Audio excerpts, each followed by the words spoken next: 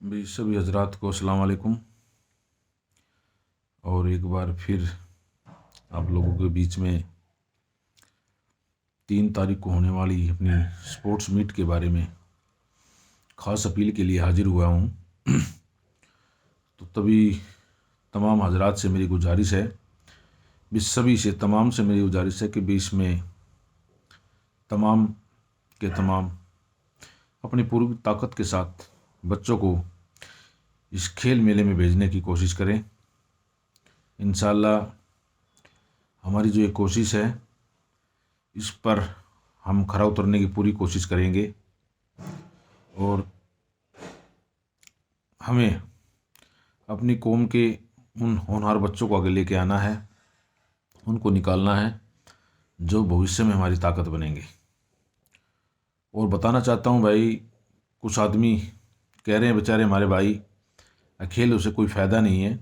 मैं अपना ही परिचय दे दूँ, मैं फ़िलहाल ही दिल्ली पुलिस में एसआई के पद पर तैनात हूँ और 98 में मैं दिल्ली पुलिस में स्पोर्ट्स कोटे से ही भर्ती हुआ था। जो ये कबड्डी खेल है उससे मैं भर्ती हुआ था।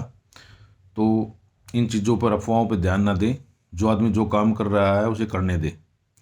आप अपने बच्चों की तैयारी कराएं। इंशाल्लाह यहाँ बच्चे आएंगे या तो जीत जाएंगे या सीख जाएंगे।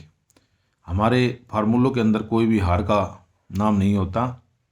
तो मैं तमाम से गुजारिश करना चाहता हूँ कि आप ज़्यादा से ज़्यादा पूरी ताकत के साथ बच्चों को यहाँ भेजें। और बताना चाहता हूँ कि खेल भी एक पढ़ाई का हिस्सा है। और आपको बताना चाहता हूँ, बच्चों की काम सीखने की उम्र 18 वर्ष की उम्र के बाद होती है। तो आप समझदार लोग हैं, क्योंकि जो बच्चों को जिस उम्र में जो सुविधाएं, जो फैसिलिटी मिलनी चाहिए वो हमें उनको देनी है। क्योंकि आप देखते हैं स्कूल के अंदर भी पीटीआई, डीपी अलग से होते हैं जो बच्चों को खेल खिलाते हैं, सिखाते हैं और उन्हीं में से वो खिलाड़ी निकल के आगे देश का नाम रोशन करते हैं।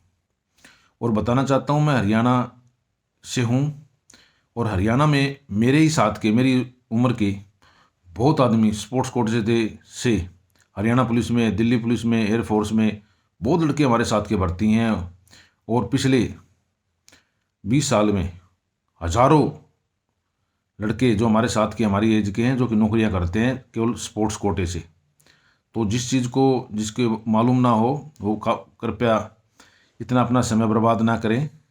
और जो मैं तो यही राय देना चाहता हूँ भाई, जो जिस फील्ड में काम कर रहा है वो अपनी फील्ड का ध्यान दे, अपनी तरफ ध्यान दे। दूसरों को नसीहत ना दें कि ये काम आप कर लो, ये करना चाहिए, ये नहीं करना चाहिए। तो अगर स्पोर्ट्स पे हम काम कर रहे हैं तो हम इस बेहतर जानते हैं। और इंशाअल्लाह एजुकेशन पे भी हम काम करेंगे, वो हमें करना है।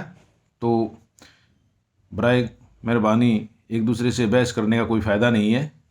और रही बात भी नौकरी वालों की, नौकरी किसकी ख़राब होती है किसकी नहीं होती ये तो अल्लाह जानता है।